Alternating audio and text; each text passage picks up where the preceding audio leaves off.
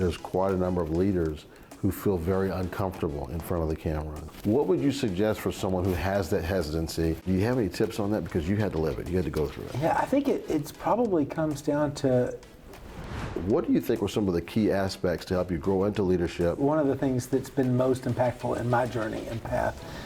Is there any language or questions or anything you would suggest a leader to use when talking with their team? Yeah, I think one of the things is... Very excited about today's guest on the show, the Healthcare Leaders Insight. Really want to make sure that we have some of the best folks we can get in front of you to help you in your leadership journey. And many of you in the group have requested to have leaders on the show to give ideas on how to grow in our career, how to grow in our leadership, to make sure that we're able to do it effectively. And I've got a great guest for us today. I have Mr. Wayne Young. He is the leader, the CEO of the Harris Center for IDD and Mental Health. It's the largest organization of its type in Texas and one of the largest in the United States. Over 2,500 employees and growing. And welcome to the show, Wayne. Thanks, I'm glad to be here. Well, today we're going to focus more on leadership. We're going to focus on how leaders can go through that journey and grow in their leadership, but at the same time being able to take care of themselves, right? And when I say take care of themselves from a mental health aspect. So I'd like to start off, you've got a long storied career. To get to where you've gotten now, no doubt you had to do some things that were intentional to help you in that journey as a leader. So let's talk first about what do you think were some of the key aspects to help you grow into leadership, and then we'll move into how does mental health kind of play into that, how you're able to address that. Absolutely. So I think one of the things that's been most impactful in my journey and path really have been mentors. Other leaders who were willing to formally or even informally. Sometimes I joke, and I've got mentors who I don't even know if they knew it, right? Like you just kind of find people and you think, wow, I really like the way they handle this, or I like the way that they conduct themselves, or I like the way that they approach, problem X, Y, or Z, and then really be intentional about trying to learn from them. And certainly there have been people who I did have more formal mentoring relationships with. They know it. We would have lunch. They would kind of offer me their expertise and insights, and really were intentional about helping me grow. Especially early in my career, I think about the opportunities I had in terms of jobs and that sort of thing. Almost every one of them came from a mentor who was willing to speak my name in a room, or who heard about an opportunity and said, hey, I know somebody who might be really good at that. And then my last CEO that I worked for before I took this opportunity was a tremendous leader, a great guy. I never sat down and said, will you mentor me? But I suspect he knew that I watched him, and I watched the way he managed situations and the way he approached challenges and developed opportunities, and learned so much about being a CEO from the way he conducted himself and the way that he helped the organization move forward. So whenever I talk with early careerists or even people further into their career, I try and really almost overemphasize the importance of mentors and relationships with those who have kind of trudged this path a little bit already. Very good. First of all, let's put a name on this. Who's the CEO you have in mind? Yeah, so the CEO that I was talking about in my last organization was Robert Earley, and he was the CEO of JPS Health Network. Okay, so thinking of Robert, what's probably one of the biggest takeaways you got from him as looking from a mentorship, him being, whether he knew it or not, him being your mentor, what was one of those big lessons you learned from him? So one of the things that was amazing about Robert was his ability to connect with people. He just had this instant ability to have people help people feel important and connected, and we would do rounding, and I would round with him, and it was like rounding with a rock star, right? I mean, like people would stop and take selfies with him and high fives as he's walking down the hall, all because he had rapport. He was approachable, he had rapport with folks, and they knew that it was okay to come up to him and tell them about whatever was happening, and he knew about their family, and he knew about the circumstances that were going on. And so that ability and intentionality around connecting with your team, being authentic and genuine. He was also a really good guy, and that showed through with his authenticity and his approachability. And so I watched that, and I'm not nearly as good at it as he was, but certainly that influenced my approach and my intentionality around some of those same things. That's great. And so it's interesting you caught that from him. That was one of the biggest building blocks. What do you think is one of those key factors in building rapport with someone? So how are you putting that into practice, or have you put that into practice when you're building that rapport? What's one of those first steps? Yeah, so to me, a lot of it has to do with authenticity, right? And so it does, like, you have to be interested. Like, you've got to have, if you want to connect and build rapport with people, you have to want to know what's going on with them. And you have to really have an interest. If not, it doesn't feel genuine. And people can feel that, right? If they don't think you're being authentic or real with them, they're not really that interested. And so with good intention, with openness, how's it going, what's going on, knowing what their circumstances are in their family, knowing what's happening with them personally, and following up on that, and hey, how did that turn out? Or, if they've got a kid going to college, being intentional and informed about that, and with sincerity too, right? Not just, taking notes and trying to remember some fact about them, but really caring about what's going on with them in that process. That is a very key point. Because what you just mentioned about how did it go or how did it turn out wasn't work related. It was with the person's life.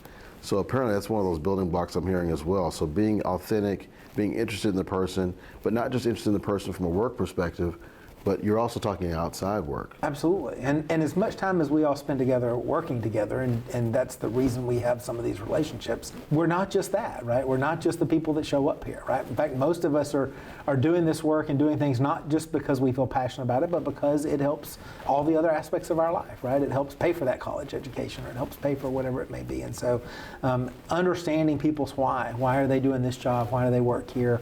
And often that comes into the personal aspects of them as well. Now, did you find for yourself it was something that you had to develop cognitively? Like I've got to intentionally do this, or is it something that may have become natural to imitate because you were kind of raised that way?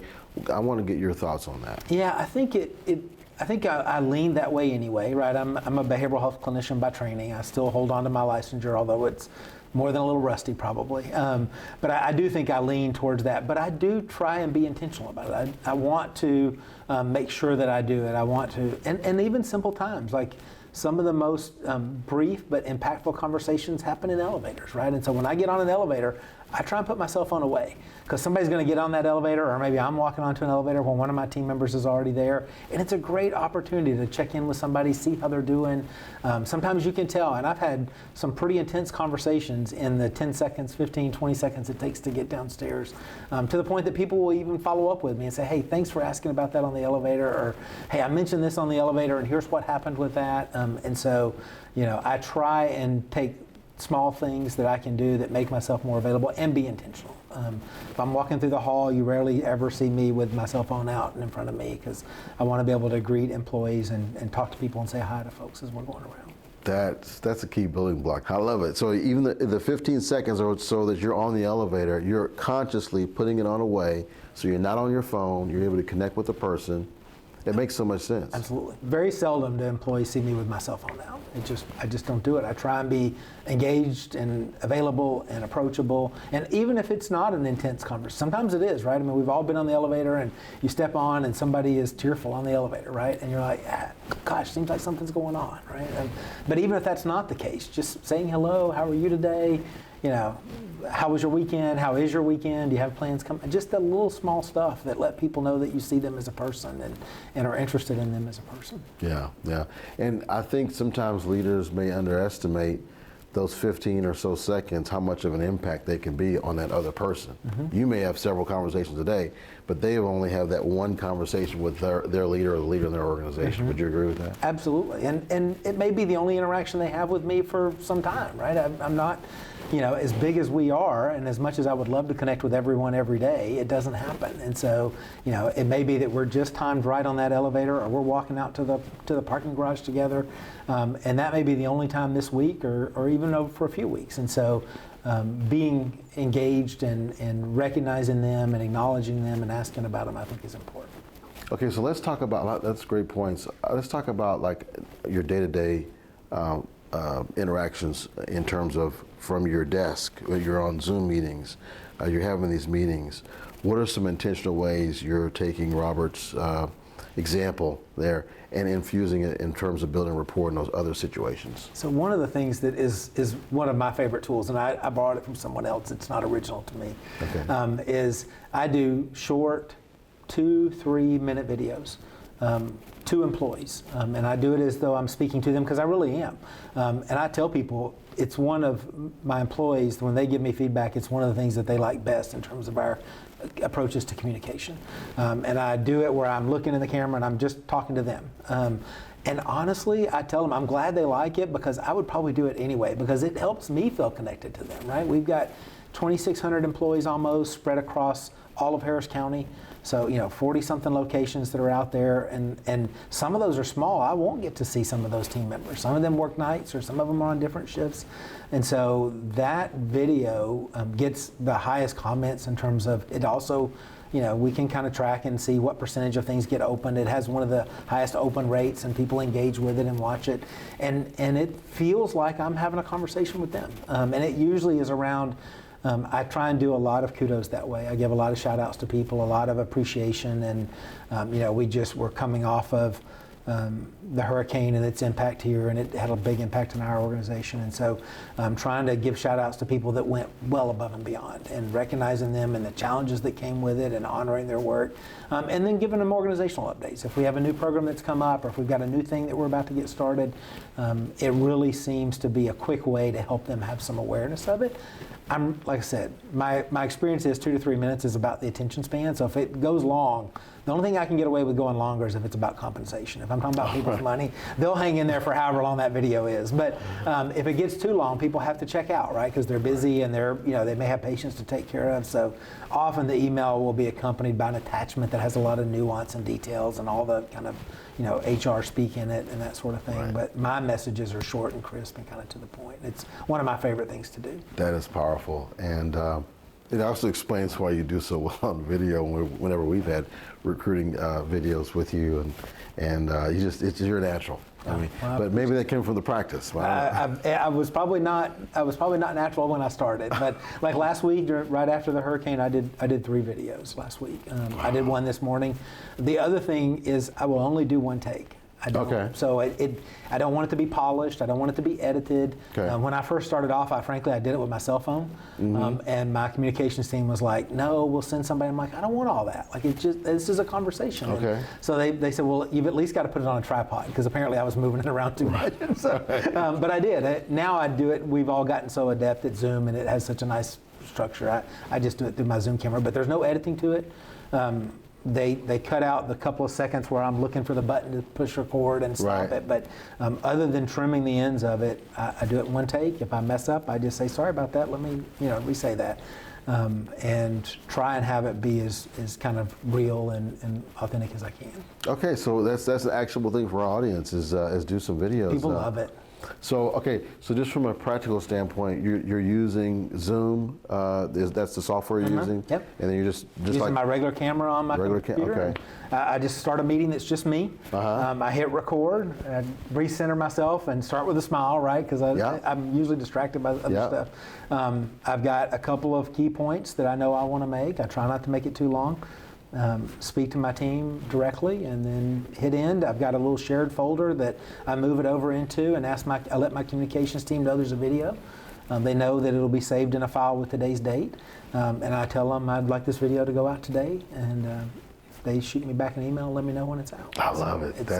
It literally, my videos are 2 to 3 minutes, so it's a 5-minute process from beginning to end, and I get to communicate and have 2,600 people, if they have time, see me with 5 minutes worth of effort. And hear something that probably was important to them, or that they appreciated getting a shout out from somebody. Absolutely. And logistically speaking, you've got 40 something clinics? I mean, how much time would it take to physically go to each location? It would be impossible. That would be my whole job, right? And by the time I got to the 40th one, the information would be old then, right? I mean, because part of what I wanted to do is, during the hurricane, we had an IDD group home that we take care of people with intellectual disabilities 24/7, and their home was damaged. We had water coming in, and so we had to relocate them. And then that first relocation didn't work so well for that group, and so we moved them to a second location. And I wanted to give kudos to that team. That took a lot of moving around, right? We had a youth diversion center. It's a center where we have youth, instead of taken to juvenile detention, they bring them to us for mental health treatment in a crisis. And they lost power there, and so we had to move them into a secondary location, and food services weren't up, Oh, and so wow. our team was finding pizza and making food, and Right. I want to honor that. That Yeah. was a lot, and during all that, they kept making sure that the mental health needs of that population was taken care of, and so I wanted to give them a shout out, and they probably appreciated it too. I hope Yeah. they did, and so it was. But I wanted to catch a lot of those moments as we were doing it and share it near real time, and so it's also a quick way. By the time you do the written and you get to a newsletter, it almost feels like old news as fast as everything goes Right. today. So I want to thank you. I want to show gratitude for that, not only to you, but your team members who made that happen, because I live in this community, so thank you for that. Absolutely. Now, I do want to address something that has come up quite often, is that there's quite a number of leaders who feel very uncomfortable in front of the camera. I've heard it, and sometimes it'll just take even when we have a scheduled session, it may take a little bit of me just working and coaching with them a little bit to get them up to speed. So what would you suggest for someone who has that hesitancy? The Zoom, I like the way you mentioned that. That helps take a little bit of the learning curve out of it, because they probably know how to use Zoom. Yeah. So, but what are the thoughts about, maybe being afraid of saying the wrong thing, or just afraid of being in the camera? Or do you have any tips on that? Because you had to live it, you had to go through it. Yeah, I think it's probably comes down to practice as much as anything, right? I mean, if you think about, we're leaders, right? And if we had a team member who maybe they had an area that wasn't their strength, we wouldn't say don't do it, right? And we wouldn't say the first time you do it, you're going to be perfect at it, or gotta be, right? We'd say, hey, why don't we'd get a little coaching around it, get some strategy, say, okay, now go give it a shot, right? And I have learned, I used to watch the video. I don't even watch them anymore. I record it, pass it on, and I don't even take a look at it. I would pour over it, right? And I'd want to change it, and I'd resist the urge to it. And so I don't have a huge media background. I've probably, like a lot of executives, I've had one or two kind of coaching sessions where they, give you strategies and help talk about it. So whatever comfort I may have just comes with repetition and getting familiar with it, and trying to, as much as I can, forget it. Like just this conversation. I mean, we know it's being recorded, but I don't have to really attend to all that. I can just talk and be present in the moment and go for it. That makes sense. And when you said repetition, it just reminds me, if they did hit record and they did it, they don't have to send that out. Yeah. Right? I do it in one take, but you don't have to. You can do it as many takes as you want to take. Yeah. I do it for expediency and because I don't want it to feel too rehearsed. But if you totally blow it and you end up freezing in front of the camera, you just hit end session, start a new one, and the recording starts all over. And nobody ever knew that one existed, right? So exactly. No harm done. And because you don't have an audience, you don't have a crew working with you. It's just you in your office. And I do a lot of mine early in the morning. I tend to come in early before the day gets started, and it's quiet and it's calm, and my mind's settled and I'm present. And so it's an easy time for me to get 5 minutes, kind of into the groove of it. So that's interesting. You mentioned about getting in early. I know there's some intentionality behind that. Do you feel that's given you a strategic advantage in some cases, the fact that you do come in early? I feel like that first hour of my day sometimes is one of the most productive hours, right? I can, I don't schedule anything in it, so I show up. I'm typically work around 7, sometimes 6:45, sometimes 7:15. But I show up. I usually, as I'm coming in, I kind of know what I need to focus on. I'm like, oh, I've got this, or tomorrow I've got a board meeting, and so I need to get my comments ready. I need to be prepared for that, or we've got this big presentation we're going to try and do, and what are the gaps in there? What do I not feel comfortable with on that? And so I know what I will want to lean into, but it's unscheduled time. I can make it what I want it to be, but it's invaluable. And I feel like I get 3 times as much done in that hour before all the stuff happens, right? Right. And the fact that we keep it unscheduled, because if not, I'm sure that people would be happy to fill it up with meetings and conversations. But it is kind of a time for me to focus on what I think is most important, or maybe what's most pressing at least. Yeah. That's a key point. The fact that even if it was in the evening, whether it's in the morning or the evening, the fact that it's unscheduled, that you don't have other meetings coming in during that time where you can actually think and focus and really think strategically. So I love that point. Do you think that if someone is more of a later person than they are a morning person, would you suggest that that hour or so is probably just as productive in the evening? Am I making a wrong assumption, or do you think it's better it's in the morning? I don't know. For me, I'm by the end of the day, I get a little worn down, right? I'm not quite as fresh as I am in the morning. But for some of those people who kind of skew a little later, maybe they're just getting revved up, right? So that might be. For me, the other part of that equation for me is, I have a younger son.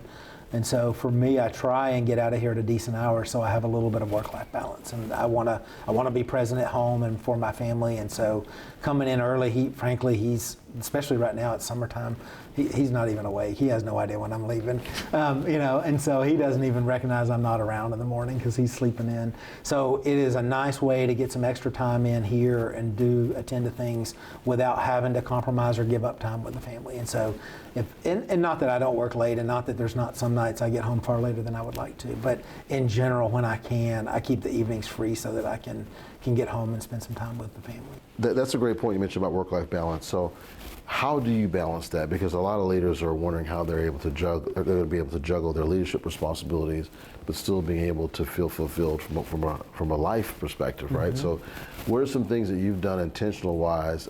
It sounds like one of them is getting home fairly early in the evening. Yep. Are there any others you can think of? I also think it is important to take time away, right? Like, so, one of my strategies is when I've shared that my kid's younger. He's in middle school right now. He's going into 6th grade here in the fall. And so when his school calendar comes out, whenever the school holidays are, I go on my calendar and block them out if I can. So I've got them blocked out a year in advance. Now, sometimes I get to that day and I can't take it off, right? Like there's something has come up and I just got to work that day. So I don't always, it's not every school holiday I'm off, but I've got him on the calendar, and if something doesn't encroach, then I'll take that time off and spend it with him. And so when he's out of school, I'm off work, and we spend time hanging out, doing whatever it is, often whatever it is that he wants to do, to be honest. But also taking the time away, being on vacation, whether it's us as a family or extended family, being intentional about getting away and being away from the office.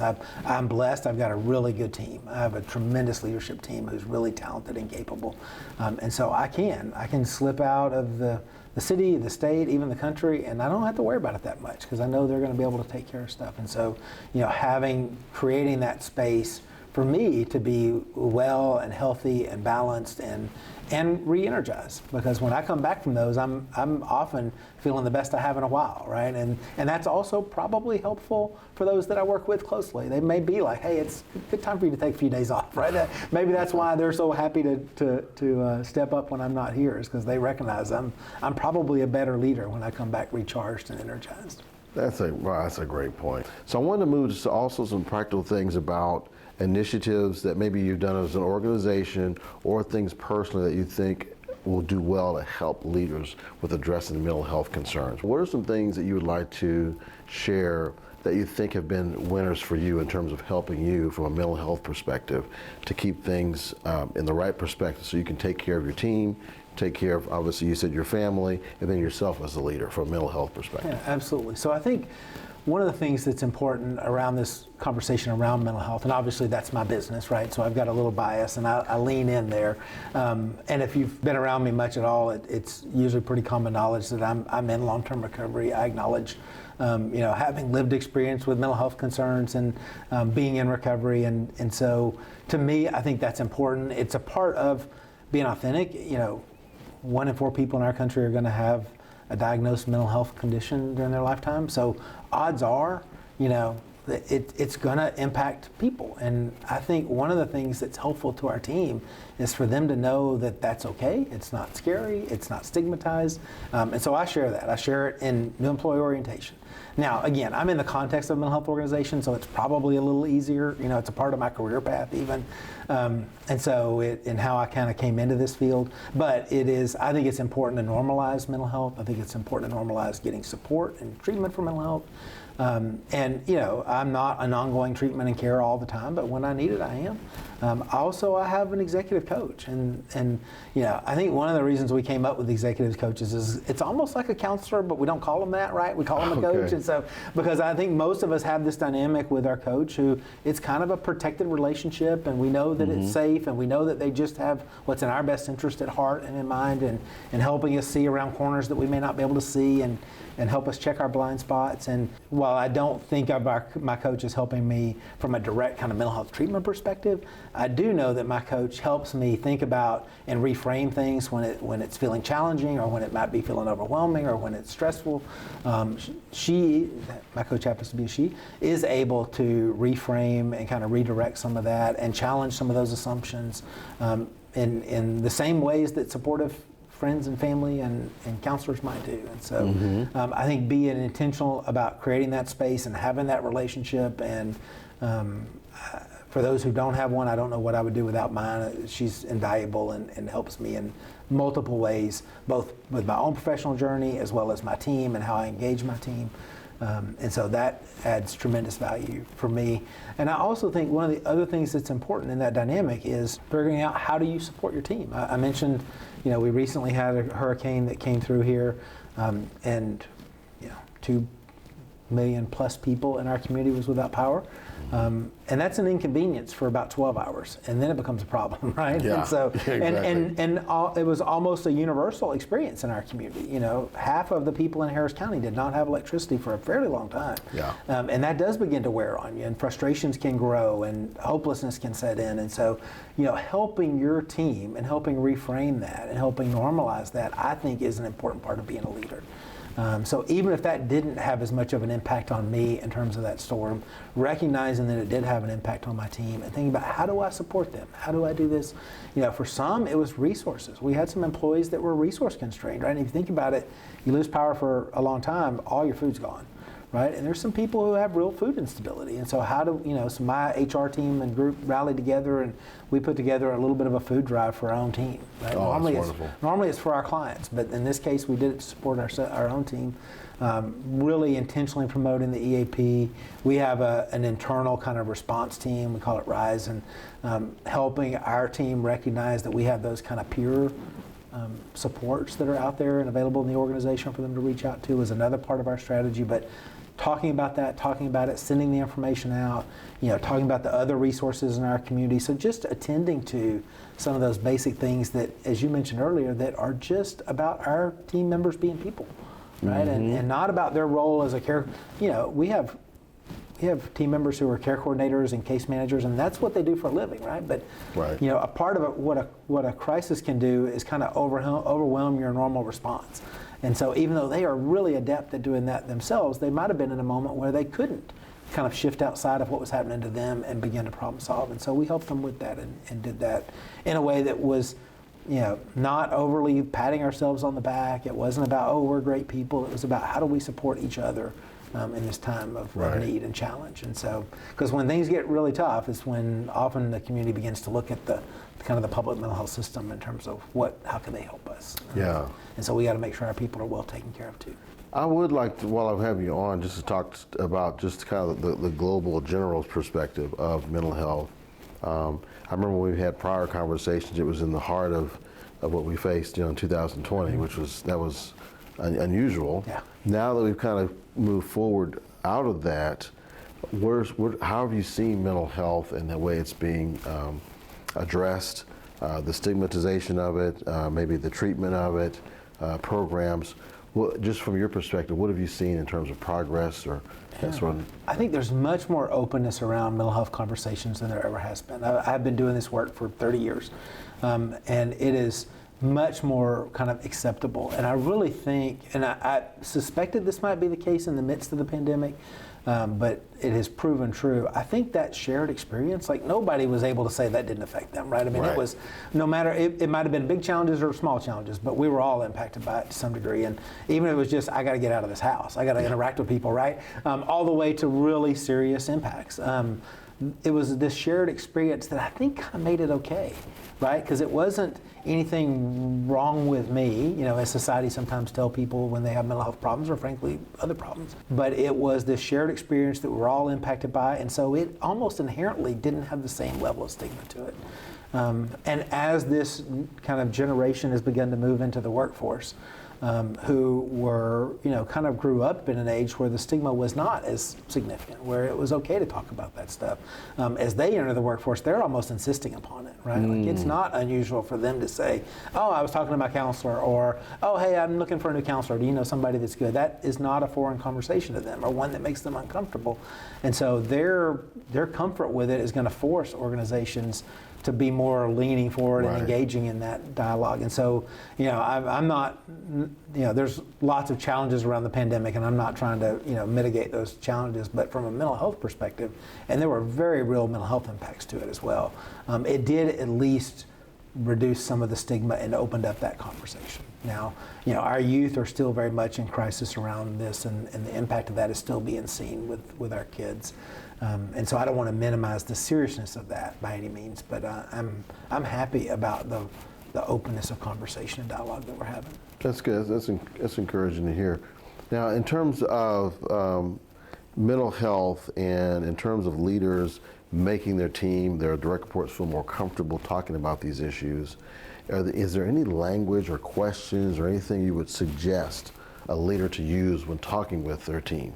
Yeah, I think one of the things is kind of a comfort and directness, right? Like not using euphemisms, not beating around the bush a little bit, saying, hey, I know it's been stressful. If you need to take a day off to attend to kind of your wellness and mental health, then feel free to put in that day of PTO. I'll certainly approve it.